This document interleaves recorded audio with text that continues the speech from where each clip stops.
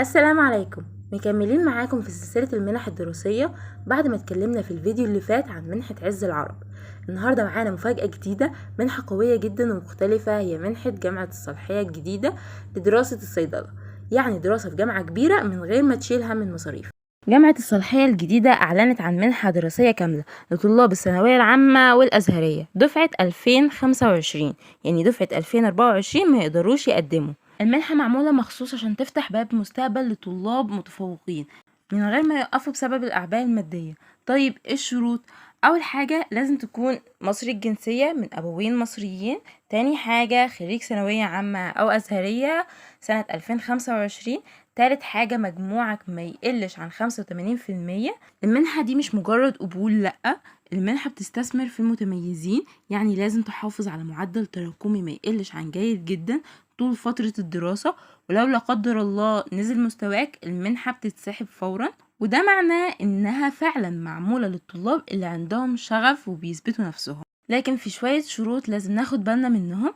اول حاجة ما ينفعش تكون مرشح لكلية صيدلة حكومي، وما ينفعش تكون قدمت لأي منحة تانية السنة دي، لانك بتمضي على اقرار انك ما قدمتش في اي جامعة، ولو ثبت غير كده تتسحب المنحة فورا وبتتعرض للمساءلة القانونية، ولا حتى تكون مقدم طلب التحاق بجامعة الصالحية نفسها. كمان الأولوية هنا هتكون لأبناء الشهداء ومصاب القوات المسلحة والشهداء، وده شيء بيأكد إن المنحة مش بس تعليم، دي كمان رسالة تقدير وعرفان.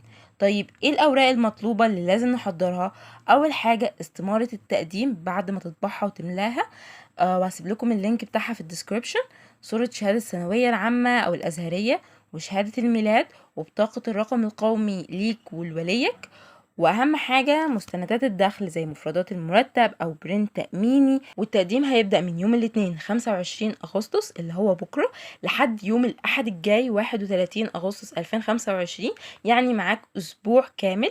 ومكان التقديم هيبقى في مقر الجامعة في محافظة الشرقية في المنطقة الجنوبية. وبعد ما هيخلصوا المراجعة اللي هيتقبل هيتواصلوا معاه بعد اسبوع واحد. وعايزة اقول لكم ان الفترة دي بتكون صعبة وكل واحد فينا شايل هموم يمكن محدش حاسس بيها، بس خليني اقولك حاجة مهمة، الفرصة دي مش مجرد منحة، دي ابواب مفتوحة عشان نغير حياتنا.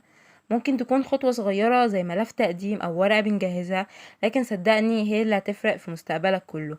فلو لقيت نفسك مناسب للشروط ما تضيعش وقتك. لو حسيت انك مش الشخص المناسب شاركها مع غيرك، يمكن تكون سبب ان حد تاني يعيش حلمه. احنا جيل المفروض بيكتب قصته بنفسه، ومنحة زي دي ممكن تكون اول سطر في القصة دي. واشوفكم في فيديو جديد، والسلام عليكم ورحمة الله وبركاته.